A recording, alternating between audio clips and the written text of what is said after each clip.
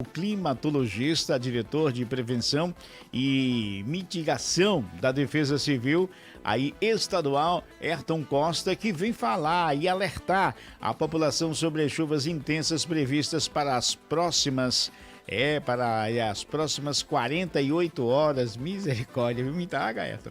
Além do monitoramento feito pela Defesa Civil na capital e o que a climatologia prevê para o BR-Obró neste ano de 2023. Ayrton, bom dia, obrigado pela sua presença aqui em nossos estúdios. Bom dia, querido, é sempre um prazer estar aqui compartilhando informações de relevância com o Sistema Dia, que é um grande parceiro, né, no que eu sempre chamo, faz a genuína comunicação de risco, alertando e orientando a população piauiense. Muito obrigado, Eliezer. Professor, nós observamos no final de semana um volume de chuvas inesperado, pelo menos por algumas previsões anteriores, mais exatamente Zona Sul de Teresina e cidade de Timon. O que aconteceu que causou tanto estrago? Você colocou uma palavra realmente muito impactante, né? Inesperada. Dificilmente eu uso essa expressão porque a gente avançou muito na tecnologia, satélite, estações meteorológicas, radares, existe uma parafernália, modelos matemáticos. A gente já tinha uma informação segura, repassada pelo Instituto Nacional de Meteorologia, a partir dos seus meteorologistas, que haveria um sistema frontal. Então, o sistema frontal, ou seja, o período chuvoso acabou, isso aí é fato. Então, toda e qualquer chuva que nós recebemos hoje, ele vem de sistemas ou corredores de umidade que são estranhos à nossa quadra chuvosa. Por exemplo, pode chover em agosto, é a chuva de Recife, ou a chuva das frutas, como as pessoas chamam. Mas essas chuvas agora, de maio, elas estão relacionadas a esses corredores de frente fria, que não fazem a temperatura cair, mas provocam a umidade. Tínhamos um alerta amarelo, um alerta padrão, genérico, tradicional, nós já estamos acostumados com alerta amarelo, nem sempre chove. Mas o fato é que essa chuva, essa umidade que chegou aqui, já há dois dias antes, ela já estava sinalizando, mantendo condição de tempo abafado e temperatura elevada e sensação térmica muito elevada. O piauiense, teresinense, estava reclamando que estava muito quente mesmo. E não era só a temperatura de termômetro. Então, reagiu com a temperatura elevada. A gente chama isso de termodinâmica. É quando há uma transformação daquela matéria, daquela água que veio numa quantidade boa de chuva. O mais estranho é que essa chuva ela ficou concentrada em um determinado ponto da cidade.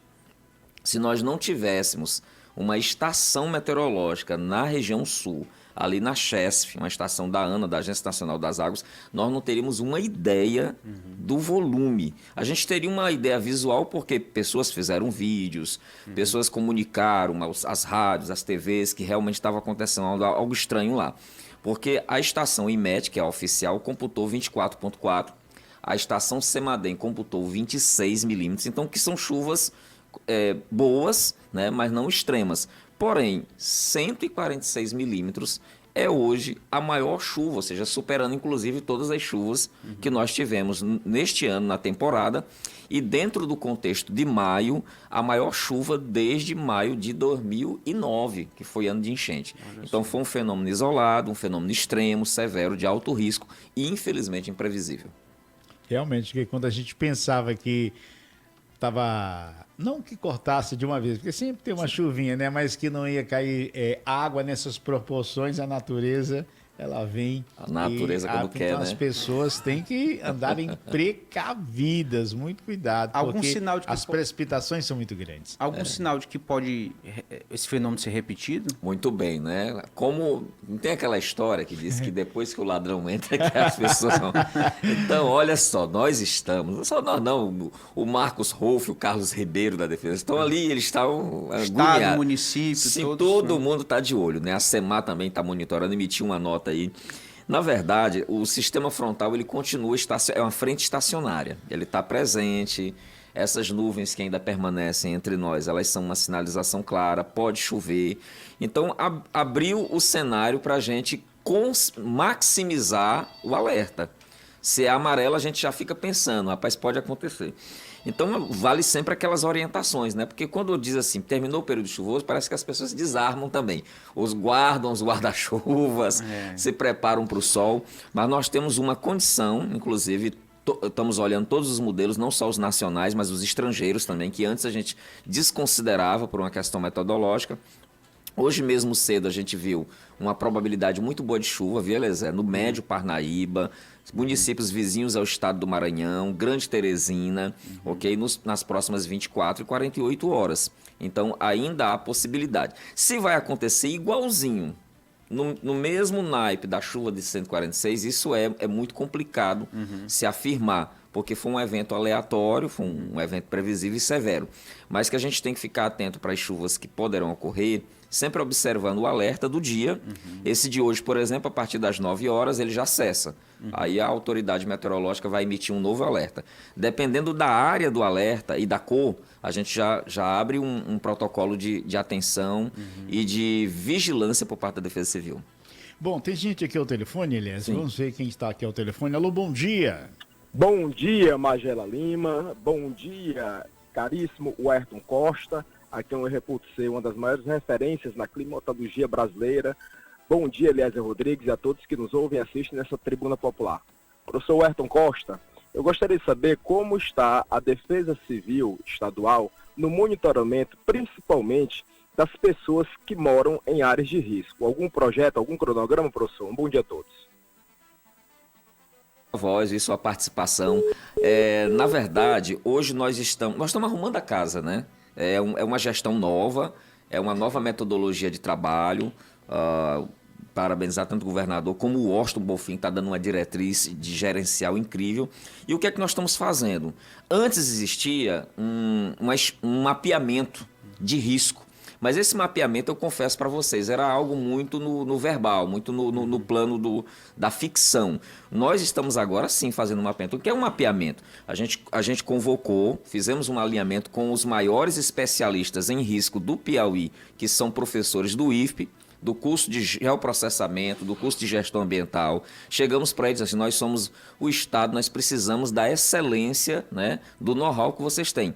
Eles estão fazendo um levantamento daquele mapeamento histórico que foi inclusive divulgado, o Sistema Dia divulgou, inclusive em primeira mão, que foi o mapeamento da CPRM. Nós estamos atualizando o mapeamento da CPRM. Elegemos 12 municípios prioritários, que são aqueles municípios de maior densidade populacional, que tem problemas recorrentes, tipo, por exemplo, Floriano, Parnaíba, Piripiri, Esperantina e a própria Teresina. Esses municípios eles vão ganhar um tratamento diferenciado, que é um mapa de risco.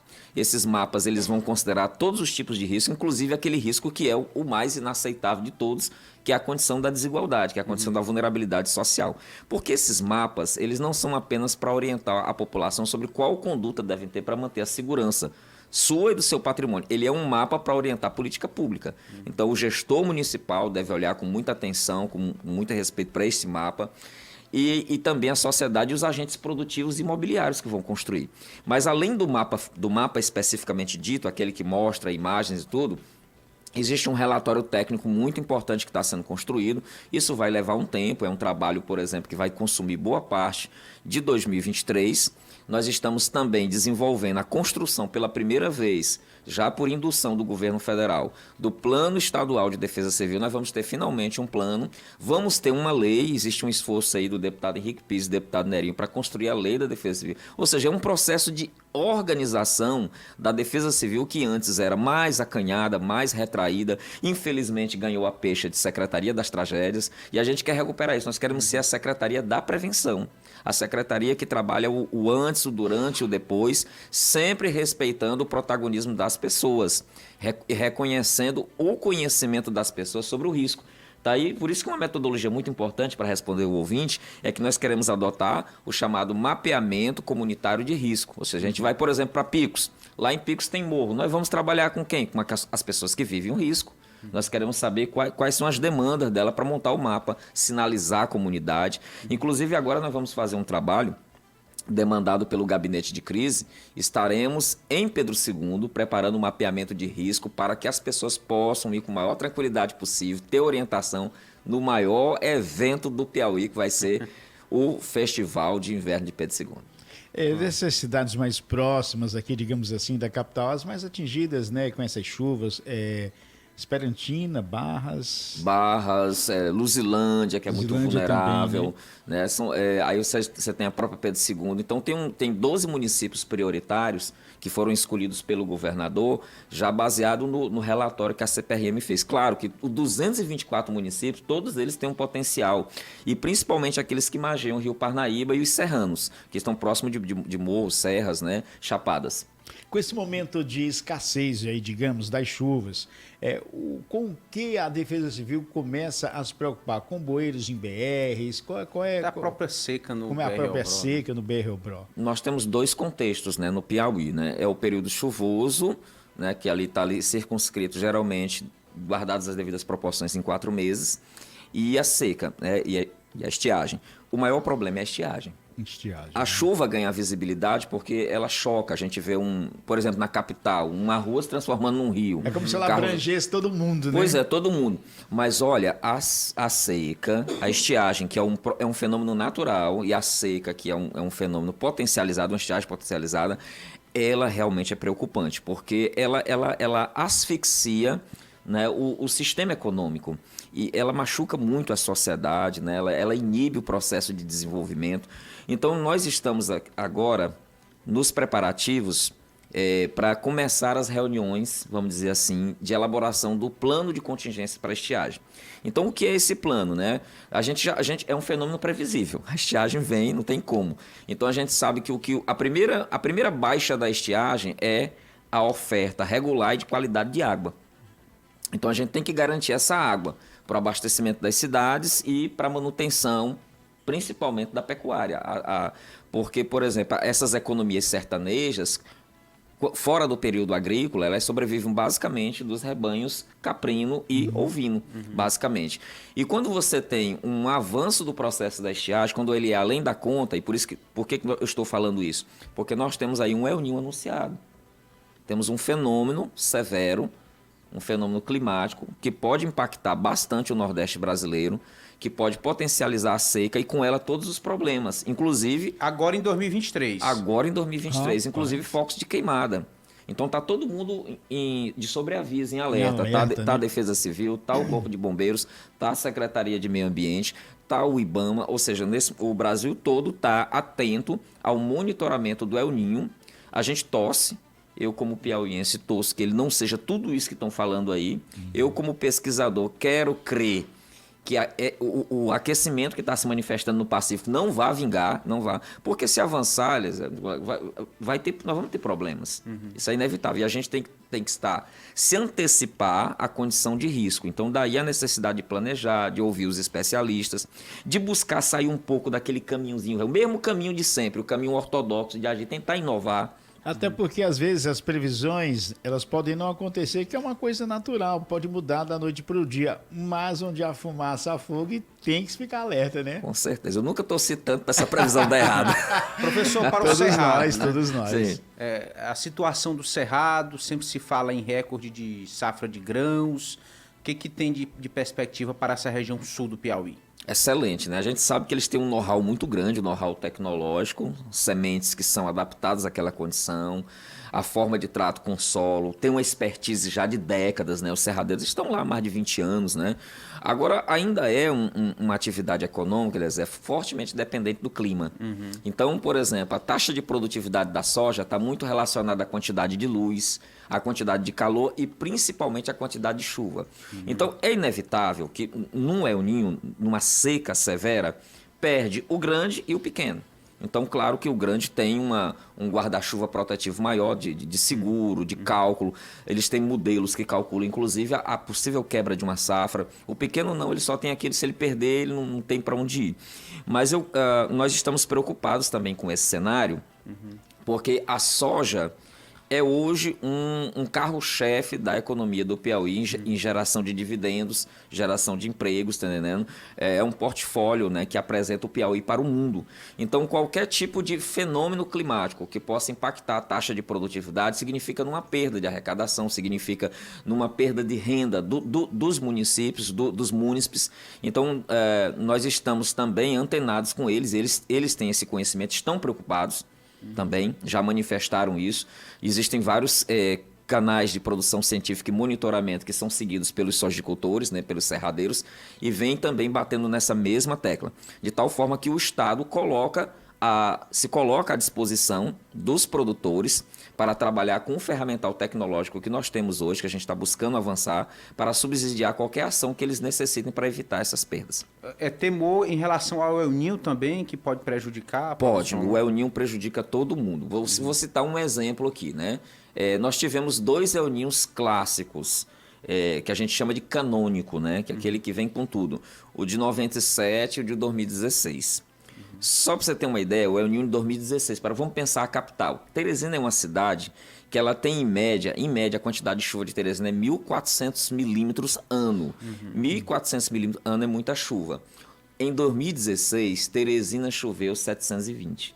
Rapaz. Então você imagina uma capital entre 2 rios, uma cidade quente, que em 2016 ficou mais quente ainda, os jardins estavam tudo tristes, assim, tudo seco. Teve muito foco de queimada, teve problema com abastecimento d'água, porque choveu apenas metade do previsto, numa cidade que tem um bom índice de chuva. Então imagina no sertão como foi esse cenário. Esses municípios, por exemplo, que só apenas chove 700 e choveram 300, quase um deserto.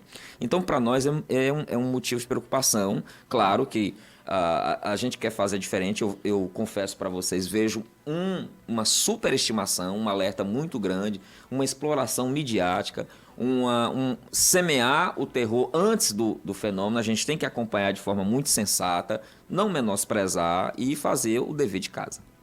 Pois é, então, resumidamente, quem trabalha, quem está ali à frente, quem está, toda a equipe da Defesa Civil, sossego nunca. Que se chover, se fizer calor, sempre. Faça chuva, faça sol. Faça chuva, faça sol, tem que dormir e acordar pensando, né? É uma correria.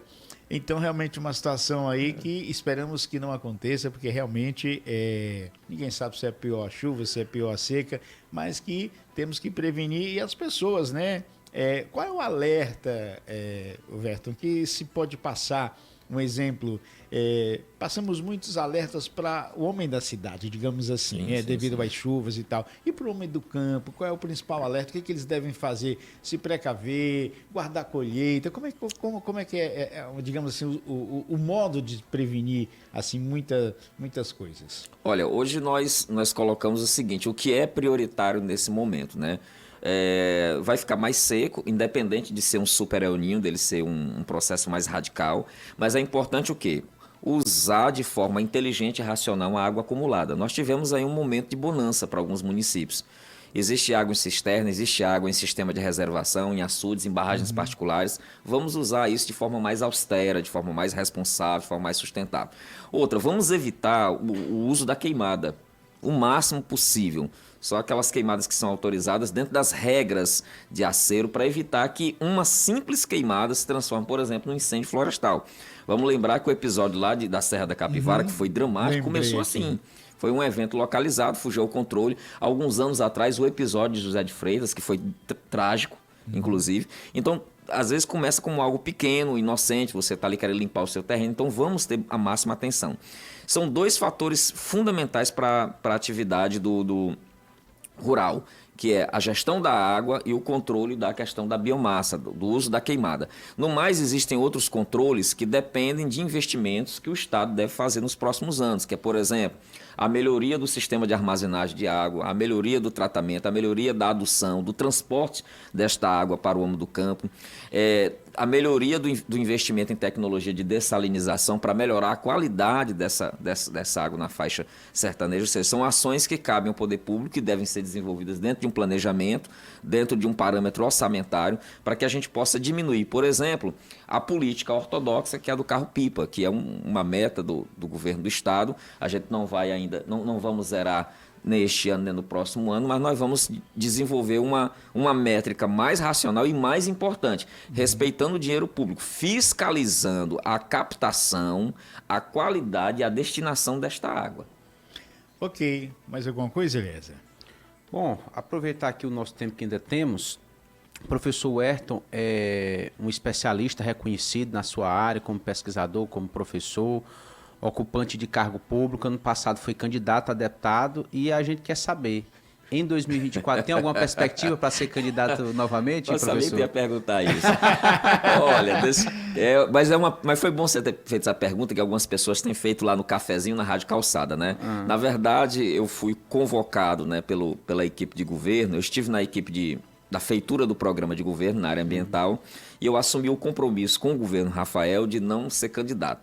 Então, em 2024, eu vou acompanhar a base como um cidadão como você, tendo só o meu voto, né? Ok?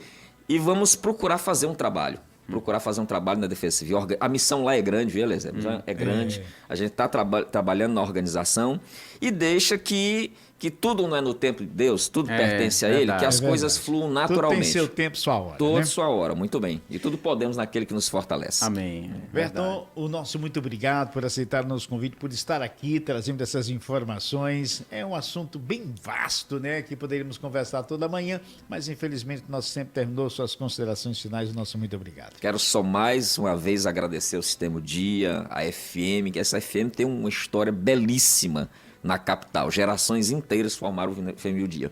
E parabenizar o trabalho de vocês. Eu sou um ouvinte, eu sempre acompanho, muitos amigos já passaram por aqui. Desejar que continue sempre nessa linha editorial, é uma linha editorial independente, como sempre foi o Sistema O Dia, prezando com respeito à informação fidedigna, à informação que empodera o cidadão. Sucesso, que Deus abençoe a todos. Nosso muito obrigado. Eliezer.